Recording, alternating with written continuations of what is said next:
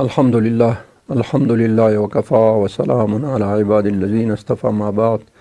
أعوذ بالله من الشيطان الرجيم. بسم الله الرحمن الرحيم. قال الله تعالى في كتابه: والعصر إن الإنسان لفي خسر إلا الذين آمنوا وعملوا الصالحات وتواصوا بالحق وتواصوا بالصبر. صدق الله العظيم. ګرانو لیدونکو السلام علیکم ورحمة الله وبرکاته. په تیر درس کې مونږه د قرآن عظیم شان یو آیات ولوستلو چې په هغې کې مونږ د وسپنې خبره وکړه چې الله پاک فرمایي چې په دې وسپنه کې دوه صفات موجود دي. یو دا چې فيه بأس شدید، په دې کې قوت او انرژي او سخت قوت دی، او دویمه خبره پکې دا منافع للناس، او دا په مجموع کې د ټولو انسانانو لپاره منافع او ګټې لري چې هغه درې منافع مخلص ولوستل. یو دا چې دا په هیموګلوبین کې موجوده ده، او دا هیموګلوبین چې دی د اکسیجن وړي ټولو حجراتو ته، او دا خو کاربن ډای اکساید راوړي. دویم په مایتوکندریا کې چې دا خوراکي مواد هلته تجزیه کیږي او بالاخره په انرژي باندې بدلېدی شي، نو په دې کې وسپنې استعمال شوی چې هغه تنفسي انزایمونه دي. او دریم شی چې موږ ولوستلو چې دا موږ او تاسو بیشترینه انرژي په دې زندګۍ کې هغه موږ او تاسو نباتاتو نه په لاس راوړو. دا نباتاتو کې یو قسم ماده د کلوروفیل نومیږي. دا کلوروفیل چې کله ابتداءً جوړیږي په دې کې هغه مواد چې استعمال شوي هغې کې یو وسپنه ده، او دغه وسپنه د دې ټولو شیانو سره بیا تعامل کوي. نو پرو کلوروفیل یا ابتدایي کلوروفیل چې ورته دې کې وسپنه وي، نو د موږ او تاسو د انرژۍ د ټولو انسانانو د 15 انرژۍ د تولید لپاره دا شی پکار شو. او څلورم په دې بیرون دنیا کې چې موږ تاسو په دې کومه کوره کې اوسېږو، په دې کې د بیرون نه موږ او تاسو باندې میتورایت یا شهاب ثاقب راځي او د ځمکې سره ټکر خوري. کله چې یو ډېر غټ میتورایت راشي نو هغې بیا د برقي ساحه د هغې وسه نه لري، نو هغه کله کله راکېوځي. کیدای شي تاسو اورېدلي چې په د روسیې په سابریا کې یو ځل یو شهاب ثاقب وغورځېد چې 100 کیلومتره غټ کنده یې جوړه کړه. دونه هغه که دا شهاب ثاقب راتللی روزانه، دا په میلیونونو باندې شهاب ثاقب په یو 4 ساعته کې ځمکې ته رارواني او راځي. خو دغه د اوسپنې چې دا د ځمکې په هسته کې استعمال شوی د یو نیم لک کیلومتر په اندازه باندې یو مقناطیسي ساحه جوړه کړې چې هر شی راځي دی دفع کوي، نه یې راپرېږدي. ځکه الله پاک فرمایي چې ما د تاسو د حفاظت دپاره داسې شیان استعمال کړي چې تاسو نه پوهېږئ چې څه شی دي. تاسو یې ګورئ په سترګو نه، خو ستاسو حفاظت کېږي په هغې باندې. نو غټ حفاظت د ټولې کورې د ټولو انسانانو د دغې وسپنې په واسطه کې دا وسپنه په ځمکې په هسته کې استعمال شوې. موږ او تاسو خبر هم نه یو، د موږ او تاسو یو دفاعي سیستم د موږ او تاسو په اطراف کې موجود دی، او قرآن عظیم شان دې ته اشاره کړې چې ومنافع للناس. نو سړی که دا څومره چې ساینس ترقي کوي وړاندې ځي، اوس خو دا هغه عادي شیان دي چې دا موږ او تاسو دلته وایو، دا خو تر اوسه ساینس کشف کړي. تاسو به ګورئ چې وروسته ساینس څونه شیان کشف کوي، او الله پاک یو لفظ استعمال کړی ومنافع للناس، دې کې دونه مطالب پراته دي. نو ځکه دا قرآن عظیم شان ځکه داسې مفاهیم په یو کلمه کې راټول کړي چې دا د الله پاک کلام دی. الله پاک هغه نه غټ علم لري، حکمت لري، نو ځکه داسې الفاظ استعمال کړي. دا خو یو خبره شوه چې موږ تاسو په دې باندې یقین وکړو چې دا د الله پاک کلام دی، او دا د رسول الله صلی الله علیه وسلم دایمي معجزه ده تر څو پورې دا قرآن عظیم شان موجود دی دلته پکې. یو خبره بل هم پکار ده، هغه دا چې د ځمکې د بقا دپاره دا ځمکه چې تر څو به ځمکه باقي قیامت به نه راځي، چې 3 شیان موجود دي. 3 شیان موجودیت د ځمکې د بقا سبب ګرځي. یو لا اله الا الله کلمه چې تر څو خلک وایي دا ځمکه به ژوندی وي، دا ځمکه به وي چې تر څو لا اله الا ویل کېږي. دویم چې بیت الله شریف د دې ځمکې په سر موجود دي، نو دا ځمکه به موجوده وي.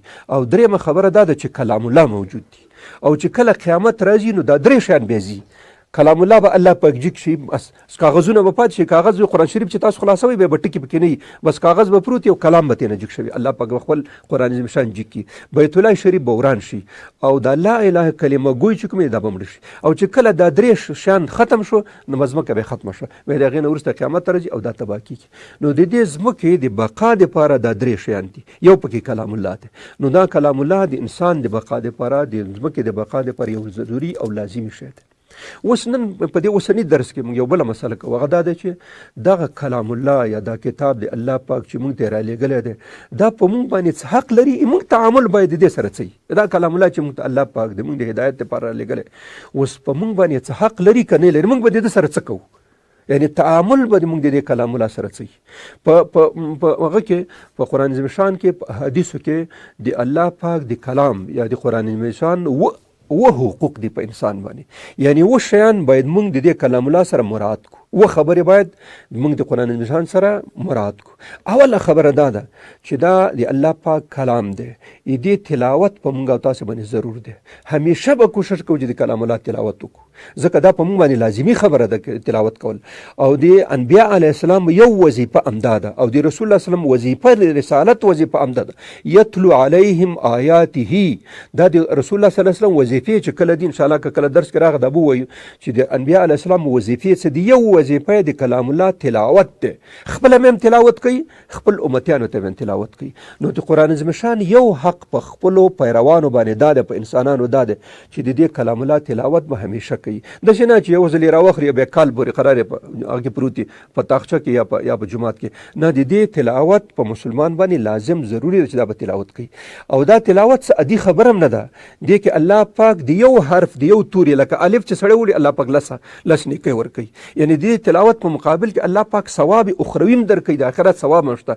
بلکې دا د تا تعلق د دې کلام سره پیدا کیږي، او د دې کلام سره چې تا تعلق پیدا شو مستقیما د الله پاک سره تا تعلق پیدا کیږي. نو د قرآن نشان د تلاوت په نتیجه کې د الله پاک نزدېواله او محبت او مینه او دوستي حاصلېږي. دا داسې عادي خبره نه ده. موږ ته چې دا کلام لولو په دې کلام کې موږ ته غټه خبره دا ده. او قرآن عظیم شان څه فرمایي؟ الا بذکر الله تطمئن القلوب. الله پاک فرمایي چې په دغه ذکر باندې، د ذکر نه مطلب قرآن عظیم شان دی، چې که تاسو قرآن عظیم شان تلاوت کوئ نو تاسو ته به الله پاک اطمینان قلبي نصیب کړي. ستاسو زړه به همیشه مطمئن وي. هر څونه مشکلات تکلیفونه چې راځي ته به چور پکې نه وایي، ځکه الله پاک ستا سره ولاړي، هغه در سره مدد کې امداد کوي. دې کلام الله په برکت باندې. نو دا کلام الله یو حق تلاوت دی. او د دې تلاوت څو ګټې دي. یو ګټه دا شو چې الله پاک د یو حرف د یو توري الف ب جیم دال ارشه چې وایي د هر یو توري او د هر یو حرف په مقابل کې الله پاک لس نیکۍ درته په عمل نامه کې لیکي. یو ګټه دا شو. دویمه ګټه دا شو چې الله پاک په دې باندې د انسان هغه د زړه اطمینان او ډاډ سړي ته حاصلوي. او دریم دا ده چې دې کلام الله په واسطه باندې ستا تقرب او نزدېکوالی الله پاک ته حاصلېږي. ځکه داسې چا سره ته خبرې کوې چې دا د خبرې لکه هغه حدیث کې راځي وایي که یو سړی په مانځه باندې ودرېږي او لمونځ کوي او سړی وروسته قسم وخوري، وایي چې قسم په خدای چې ما د الله پاک سره خبرې وکړې، وایي دا سړی صحیح وایي. ځکه دا کلام الله د الله پاک کلام دی. نو چې کله سړی کلام الله وایي، د الله پاک د قرآن نشان وایي، نو معنا دا شو لکه د الله پاک سره مستقیما خبرې کوي. هغه ستا بالکل حتی بل حدیث شریف کې راځي، امام مسلم روایت کړی، وایي چې کله انسان په مانځه باندې ودرېږي او د قرآن نشان شروع کړي نو الله پاک بالکل ورته متوجي تر هغه پورې چې د توجه بلې خواته لاړه نه شي، چې دی بلې خوا متوجي شي، یا دکان یا وظیفه یا بل شی په نظر کې راشي، الله پاک هم ته نه توجه واړي. خو تر څو پورې چې دی په توجه ولاړي نو الله پاک ورته توجه ساتي. او تاسو پوهیږئ چې الله پاک سړي ته توجه وکړي نو څه معنا ده؟ یو عادي سړی چې موږ او تاسو خبرو ته غوږ نسي، موږ څونه خوشحاله وو، یو وزیر یو رئیس، بیا چې د ټولو کائناتو خالق او مالک او شاهنشاه تا ته غوږ نیولی چې وایه څه وایې، ته چې شی غواړې چې زه یې درکړم، نو هغه څومره غټه خبره ده. نو دا یو حق د قرآن عظیم شان تلاوت دی. دویم حق دا دی چې کله قرآن عظیم شان سړی تلاوت کوي نو یوه رښتیا پاتې شو دلته ایمان به په دې کلام باندې راوړي. دا ضروري خبره ده چې هغه څوک چې دا کلام الله نازل شوی دی ورته انسانانو ته، نو حق دا دی چې دې باندې ایمان راوړي. او د ایمان نه وروسته بیا تلاوت ورباندې دی. نو ایمان تر څو چې په کلام الله ایمان نه راوړي نو معنا دا شو چې نه الله قبلوي نه کلام قبلوي، نه بیا مسله هغه کې خرابېږي. ځکه نو ایمان راوړل او د دې ایمان نه وروسته د دې تلاوت کول. دریم حق دا دی چې کله تا ایمان پرې راوړلو او د ایمان نه وروسته د هغې د تلاوت شروع کې، د تلاوت سره خوا کې به ته بل کارم کې دې په معنا باندې به ځان پوهې کوې چې دا اوس څه وایي، دا الله پاک چې ما ته کوم خط رالیږلی دی، دا شی رالیږلی دا وایي څه. نو که ته وایې تا ته خو به دا ګټه رسېږي چې تا ته به ثواب لیکلی کېږي، خو هغه ګټه چې کومې ده هغه ته نه تر هغه پورې نه حاصل کېږي تر څو پورې ته په معنا ځان پوه نه کړې. نو دریم حق د قرآن عظیم شان دا دی چې په دې په معنا باندې سړی ځان پوه کړي، په تعلیماتو باندې. اوس قرآن عظیم شان واقیم الصلات واتو الزکات ورکعوا مع الراکعین، یا نور څه شیان د آخرت او د دنیا په باره کې کم از کم دې په معنا مونږ پوه شو چې دې مطلب چې خط چې څوک چاته لیږي نو که خپله یې لوستلی شي خو خپله یې لولي، که دی بیا بل چاته ور وړي چې دا خط کې څه دي. هغه خلک چې بې سواده دي هغوی ته چې کله خط د چا نه راشي نو هغه یې که خپله نه شي ولوستی بل چاته وایي چې دا راته ولوله دا څه دی، هغه ورته سر نه شروع کړي دا شیان یې پکې لیکلي دي. نو مونږ او تاسو که خپله پرې پوهېږو نو خپله باید پوه شو، که نه پوهېږو بل چاته کښېنو د هغه نه واورو. اوس خو میډیا ویکیپیډیا او دا نور شیان دومره اسانه دي چې قرآن عظیم شان په هر قسم ترجمه په هر ژبه ترجمه شته، تفسیر شته، اسانه سړی لوستلی شي. نو کوم خلک چې باسواده دي هغه مستقیما استفاده کولی شي، کوم چې بېسواده دي هغه کیدای شي هغه د داسې خلکو نه چې هغوی په دې باندې پوهېږي هغه یې وکړي. نو د دې دریم حق دا دی چې دې تعلیم باندې ځان پوه کول، تعلیمات اچلول چې دا څه معنا شو. اوس څلورم حق دا دی چې دا کومه خبره کوي په دې باندې سړی عمل وکړي. قرآن عظیم شان وایي اقیموا الصلاة، تاسو لمونځ وکئ، واتوا الزکات، زکات ورکئ، او تاسو حج وکئ، تاسو پلانکیا کار وکئ، پلانکیا کار وکئ. دا کوم حکمونه چې کوي دې حکمونو مطابق اوس عمل کول. امر وشو لمونځ ودروه، زکات امر وشو چې زکات در باندې فرض زکات ورکا، چې پیسې لري او وسه مصرف رسیږي نو حج ته بځې. دغه چې د خلکو سره اخلاق وکړي، د تر د مور او پلار حق او د استاد حق او د کشر حق، د مشر حق، د ګاونډي حق، د ټولو حقوق چې کوم قرآن عظیم شان کې راغلي او په تفاسیر او احادیث کې دا اوس مراتول د هغې مطابق عمل کول. اول حق د قرآن عظیم شان ایمان راوړل، دویم حق د هغې تلاوت کول، ما ویل چې ګټې هغه دي، دریم دا ده چې دې په تعلیماتو او په خبره ځان پوه کول، څلورم دا چې دا کومه خبره کوي امر کوي په دې باندې عمل کول. اوس چې کلم دا څلور وشو، ایمان هم راوړل شو، تلاوت هم وشو، ځان دې پرې پوه کړي د هغې مطابق د عمل هم وکړي. اوس دا خبره نورو خلکو ته رسول دا پنځم حق دی. ګوره ته به داسې نه کوې چې زه مفسر یم، محدث یم، زه په ټولو شیانو پوهېږم، استاد یم، پلانکې او قرار کور کې ناست اوسم، بس بړستنې لاندې سر نه نیستی چې ما خو کار کړی نو مونځ کوم او ورځ کوم، روژې نیسم او پلانکې کوم. نه، دا د تا حق دی چې ته به دا خبره خلکو ته رسوې. ځکه رسول الله صلی الله علیه وسلم فرمایي چې تر هغه وخت یو سړی مؤمن کېدلی نشي تر څو چې کوم شی د ځان دپاره خوښوي د بل چا دپاره یې خوښ نه کړي. چې ته ځان ته جنت خوښوې نو بل ته هم کوښښ وکړه چې جنت ورته خوښ کړي. چې بل چا ځان ته نیکي خوښوې نو د بل چا دپاره نیکي خوښ کړه. چې خپل ځان دپاره ثواب خوښوې نو بل چا ته هم ثواب خوښ کړه، د هغه خیال هم ساته. نو امر بالمعروف، نهی عن المنکر، په نیکو امر کول، د بدۍ نه منع کول، دا د قرآن عظیم شان حق دی. ځکه قرآن عظیم شان لتأمرن بالمعروف ولتنهون عن المنکر، تاسو به په نیکو باندې امر کوئ، د بدۍ نه به امر کوئ. او د رسول الله صلی الله علیه وسلم په باره کې راځي چې د ده وظایف کوم وظایف دی، لکه مخکې چې موږ تاسو یتلون علیهم آیاته، دلته راځي چې هغه به یأمرون بالمعروف وینهون عن المنکر، هغه خلک په نیکو ته رابلي، نیکو امر ورته کوي او د بدۍ نه، د بدو کارونو نه منع کوي. دا د پیغمبر وظیفه ده او دا وظیفه بالاخره موږ ته نقل شوې ده. ځکه رسول الله صلی الله علیه وسلم چې کله آخري حج کولو، حجة الوداع چې ورته ویل کېږي، نو امت ته یو خبره وکړه چې ګورئ دا کومې خبرې چې ما درته وکړې دا د حاضر کسان غایبینو ته ورسوي، دا ستاسو وظیفه شوه.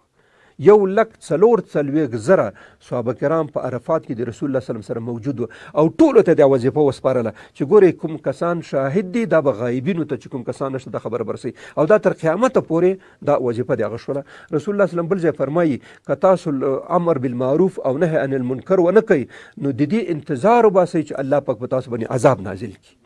نو ځکه پنځم حق د قرآن عظیم شان دا ده چې دې مطابق به تاسو خلکو ته دا خبره رسوئ. ګورئ د لمانځه، د روژې، د زکات، دا څونه احکام چې راغلي دا به خلکو ته بیانوئ، او چې کوم یې منع راغلی دا نه کوئ، دا به نه کوئ، دا به هم خلکو ته رسوئ چې ګوره دا کارونه به نه کوئ. دا د مسلمان وظیفه ده، د رسول الله صلی الله علیه وسلم نه موږ ته پاتې شوې او دا میراث موږ ته پاتې شوی، دا باید وکړي. دا د قرآن عظیم شان پنځم حق شو. اول حق ایمان راوړل، دویم حق د هغې تلاوت کول، دریم حق د هغې په خبره ځان پوه کول، څلورم د هغې سره سم مطابق عمل کول، او پنځمه خبره دا ده چې دا خلکو ته رسول دی چې دا خلک ټول پې پوه شي. دا دین چې موږ ته رسېدلی دی دا همداسې مفت نه دی رسېدلی، دا دغسې خلکو یو بل ته ویلي، بل ته ویلي، بل ته ویلي. دا موږ چې دلته دا درسونه کوو، د درسونو مطلب اصلي دا دی چې دا وظیفه، دا مسؤلیت زموږ دی چې خلکو ته ورسوو. هغه چې چا واورود د هغه مسؤلیت دا دی هغه بل ته رسوي، هغه بل چې واورود همداسې به ورو ورو دا سلسله تر قیامته پورې رواني، او دا امت به هم ژوندی او دا دین به هم ژوندی تر څو چې امر بالمعروف نهی عن المنکر. شپږم حق د قرآن عظیم شان دا دی چې اوس خو موږ ایمان پرې راوړو، تلاوت هم وکړې، خبره باندې ځان ورته پوه کړې، د هغې مطابق هم عمل وکړې، خلکو ته هم ورسوله. اوس خو موږ یو ډله شو، یو ګروپ شو، 10 کسان، 20 کسان، 30 کسان، 100 کسان، 1000 کسان جوړ شو. دا به موږ او تاسو یو ټولنه جوړو، یو جماعت به جوړو، یو ټولګی به جوړو او یو ګروپ به جوړو. دغه ګروپ به د دې قرآن عظیم شان مطابق اوس اعمال کوي، د دې مطابق خپله زندگی تیروي. لکه دې ته ویل کېږي قرآني جماعت یا قرآني ډله، یا قرآن عظیم شان کې دې ته ویل کېږي حزب الله، الله پاک خپله الا ان حزب الله هم الغالبون یا هم المفلحون چې وایي دغه ډله چې کوم یو په قرآن نشان باندې دا ټول حقوق مراتي دې ته ویل کېږي حزب الله د الله پاک ډله. دغه ډله چې کوم یو ده دا په مسلمانانو باندې لازمه ده چې کوم کسانو قرآن نشان باندې عمل کړی دی او د هغې سره مطابق علم هم حاصل کړی، امر بالمعروف نهی عن المنکر هم کړی دی، یو څه کسان برابر شوي دا به یو ډله یو ګروپ جوړوي دې ته ویل کېږي حزب الله یا قرآني جماعت. اوس دا ډله جوړه شوله. د شپږم حق شو چې دی قرآن عظیم شان دا مفت نه دی راغلی چې بس راغی خالي تلاوت کوي نور د پروتې نه د دې مطابق د فرمانونو د احکامو مطابق به یو ډله جوړیږي. و دا ډله جوړه شوله. دې نه وروسته اووم حق د قرآن عظیم شان چې دی دې ډلې نه دا ډله به طبعا یو ملک لري، یو وطن به لري، یو ځمکه به لري، یو خطه به لري، یو ځای به لري چې هغې ځای کې دا جماعت او دا ګروپ اوسېږي. دا حزب الله به په کوم ځای کې اوسېږي، دا د الله په حزب او ډله به یو ځای کې اوسېږي که نه. دغې د دې ځای نه د دې ځمکې نه او د دې جماعت نه دفاع کول دا د قرآن نشان حق دی. دا کوم ډله چې قرآني ډله د قرآن نشان د حکمونو مطابق یو شی جوړ شوی دی دغې نه دفاع کول دا د مسلمان وظیفه ده او دا د قرآن نشان حق دی. قرآن سوره توبه کې چې 11 سپاره کې دا آیات راغلی، یو سل 11 آیت غالبا هلته فرمایي چې والحافظون لحدود الله، دغه کسان چې کوم یو دي دا به د الله پاک د حدود حفاظت او ساتنه کوي. نو دا اووم حق شو چې په دې لاره کې به خپل مال هم مصرفوي، خپل ځان به مصرفوي، خپل وخت به مصرف کوي، منډې ترړمې هلې ځلې به کوي او د دې د دفاع په خاطر که کله د ده ځان او وجود او وینې ته ضرورت شي نو وینه به ورکوي د خپل وطن نه او د خپلې دغه خیټې نه به دفاع کوي. او که هر چا په دې باندې حمله کوله د باندې دفاع فرض ده، لکه څنګه چې لمونځ فرض دی دغسې دفاع مې د ځمکې او د دې خاورې پې فرض ده. نو حقوق شو، یو ځل بیا بیانوو د قرآن نشان حقوق ودي. اول خبره دا ده چې په دې قرآن باندې سړی ایمان راوړي چې دا د الله پاک کلام دی، د رسول الله صلی الله علیه وسلم دایمي معجزه ده. دویم دا چې کله ایمان پرې راوړي دی به دوامداره تلاوت کوي. د تلاوت کې ګټه دا ده چې ام بیا ثواب ورته لیکلی کېږي، ام بیا د الله پاک سره تعلق هغه کېږي، او بل دا ده چې د زړه به همیشه مطمئن وي، دی به کله موږ د ذهن بیا پر کېږي نه، ځکه خپله الله پاک فرمایي چې الا بذکر الله تطمئن القلوب. الله پاک د دغه قرآن نشان په تلاوت باندې د انسان زړه مطمئنوي او د الله پاک تقرب حاصلېږي. دریم هغه دا دی حق دا دی چې د دې تلاوت چې موږ وکړو دې باندې ځان پوه کړو چې د تلاوت معنا څه ده. زه الحمد وایم یا سوره بقره وایم یا آل عمران، دې کې احکام څه دي چې ماته پرمخ شي، نو په دې باندې ځان پوهول پکار دي. څلورم دا ده چې ځان دې پوه کړي د هغې نه وروسته به په دې باندې عمل کړي. لمونځ حکم شی لمونځ به وکړي، زکات حکم زکات ورکړي، حج حکم شی حج، د خلکو سره بیا د مور و پلار حق، د استاد حق، د خلکو حق، د ګاونډي حق، دا ټول قرآن نشان کې فرمایل شوي دي. دې مطابق اوس عمل کول چې دا عمل وشو ته خو اوس مکمل شوې، تا ځان د قرآن نشان سره برابر کې. اوس دغه خبره نورو خلکو ته رسول پکار دي. داسې خو نه ده چې هغه خلک دې عرض کوي بس یوازې ته جنت ته ځې، نه د نورو خلکو هم کوښښ وکړي چې د اجتماع کې د ټولنه کې دروغ به څوک نه وایي، خلک به د چا مال نه خوري، رشوت به نه اخلي، په چا باندې غصب نه کوي، د بل چا حقوق باندې به تجاوز نه کوي، چا ناموس حیا ته به بد نه ګوري. دا خبرې داسې خبرې دي چې په اجتماع کې پکارېږي. که دا عملي شي نو ډېره به جنت جوړېږي، دغه ځمکې را به جنت جوړېږي، دا خلک به پکې خوشحالي. ځکه د هر چا حق معلوم دی، هر څوک به د خپل حق مطابق زندگی کوي. نو ولې مشکل پیښي؟ مشکل خدا دی چې موږ تاسو حق نه مراتو، د بل چا حق راخلو خپل خورو، یا یو چا حق راخلو د رشوت په واسطه بل چاته ورکو. مشکل همدغه پیدا کړی دی چې هر سړی په خپل حق په خپل حد کې په خپل مسؤلیت باندې او په خپل هغه باندې وظایف باندې عمل وکړي، نو بیا خو مشکل نه پیدا کیږي. نو ځکه دا خبره نور خلکو ته رسول دي چې خلک ټول پوه شي، چې کله پوه شي داسې یو سالمه ټولنه او اجتماع به منځته راشي، هغې به بیا جنجال بیا نور مسایل نه وي. نو کله چې دا وشو یو ټولنه خلک را برابر شو، نو بیا د دې مطابق یو ټولنه جوړول، یو ځمکه نیول په هغې ځای کې همدغه نظام چې قرآن عظیم شان وایي چې هلته د دروغ نه وي، هلته د رشوت نه وي، هلته د سود نه وي، هلته د خلکو سره همدردي. بل سړي ته به ته ترجیح ورکړې، په دسترخوان ناست یې خپله لږ خوره بل چا ته وړاندې کوه. د مور حق ساته، د پلار حق ساته، د استاد حق ساته، د کشر حق ساته، د مشر حق ساته، د ګاونډي حق ساته، د کلي د خلکو حق ساته. رسول الله صلی الله علیه وسلم فرمایي ګوره دا خبر واورئ چې که په یو کلي کې یو سړی د شپې موړ ویده شو او د ده په دې ګاونډ کې تر 40 کورونو پورې یو سړی وږې شپه تېره کړه، الله پاک د مسؤل دی، دی به نشي. او حضرت عمر رضی الله عنه فرمایي که د فرات د سیند په غاړه باندې یو وزه د تندې نه مړه شي، هلته سیند بهیږي او دا د تندې نه مړه شوه، زه ځان د الله په منځ باندې مسؤول بولم. نو تاسو فکر وکړئ چې یو مشر یو رهبر داسي چې د سیند په غاړه یو وزایه یو سپی د تندې نه مړ کېږي، مسؤل خپل رئیس جمهور خپل رئیس دولت دی. نو تاسو فکر وکړئ که داسې حالات راشي نو داسې مسؤلیت د موږ رئیس جمهور سره، وزیر سره، صدر اعظم سره، رئیس سره، مدیر سره او د هر چا سره داسې پیدا شي چې هر څه په دې ځمکه کې زه مسؤل یم، الله پاک به د قیامت پر ورځ مانه پوښتنه کوي. نو بیا خو مسله حل ده. نو دا شو. او بل اومه وظیفه دا شوه چې د دې ټولنې نه به بیا د دفاع کوي، دې کې به مال، سر، ځان هر څه ورکوي. نو موږ تاسو په دې درس کې دا ویلې چې قرآن عظیم شان چې د الله پاک کلام دی او د رسول الله صلی الله علیه وسلم دایمي معجزه ده، دا په موږ باندې څه حقوق لري او دا حقونه دي. اول حق دا دی چې په دې باندې موږ ایمان راوړو چې دا د الله پاک کلام دی او الله پاک را لېږلی، دا د رسول الله صلی الله علیه وسلم دایمي معجزه ده، موږ دپاره د هدایت ذریعه او طریقه ده. او په دې کې یو خبره شو. دویمه خبره ده چې دې به تلاوت کوو. په دې تلاوت کې موږ او تاسو ته الله پاک د یو حرف مقابل کې 10 نیکۍ په عملنامه کې راته لیکي. د الله پاک تقرب او دوستي حاصلېږي او په دې باندې انسان زړه مطمئن کېږي. درېیمه وظیفه هغه دا دی، حق دا دی د قرآن عظیم شان چې دې په خبره موږ ځان پوه کړو چې د قرآن عظیم شان څه وایي، د هغې تعلیمات حاصل کړو. او څلورم حق دا دی چې کوم خبره باندې موږ ځان پوه کړو د هغې مطابق به عمل وکړو. لمونځ امر شوی لمونځ وکړو، د روژې امر شوی روژه ونیسو، د زکات امر شوی زکات ورکړو، د خلکو د حقوقو د ورکولو امر شوی هماسې وکړو، د خلکو د ځان په ګټه باندې استفاده ونه کړو بلکې خلکو ته ګټه ورسو، د خلکو زندگی ښه. او د هغې نه وروسته چې کله عمل وکړي، د عمل نه وروسته بیا دا خبره نورو خلکو ته هم ورسوو چې دا خلک هم په دې خبره پوه شي، په دې ګټه کې ټول سره شریک شو. موږ تاسو د یو کورنۍ مثال لرو، دا ځمکه ګلوبل چې ورته ویل کېږي، دا معنی چې یو قریه یو کلی یو، دا ټول سره لکه ورونه په شان یو بل ته خیر ورسو، یو بل ته ګټه ورسو، ټول دا خبره باندې پوه کړو. او د هغې نه وروسته چې کله خلکو ته ورسول، یو جماعت یو ټولګی جوړېږي، دا ټولګی به یو خطه کې همدغه شی عملي کوي.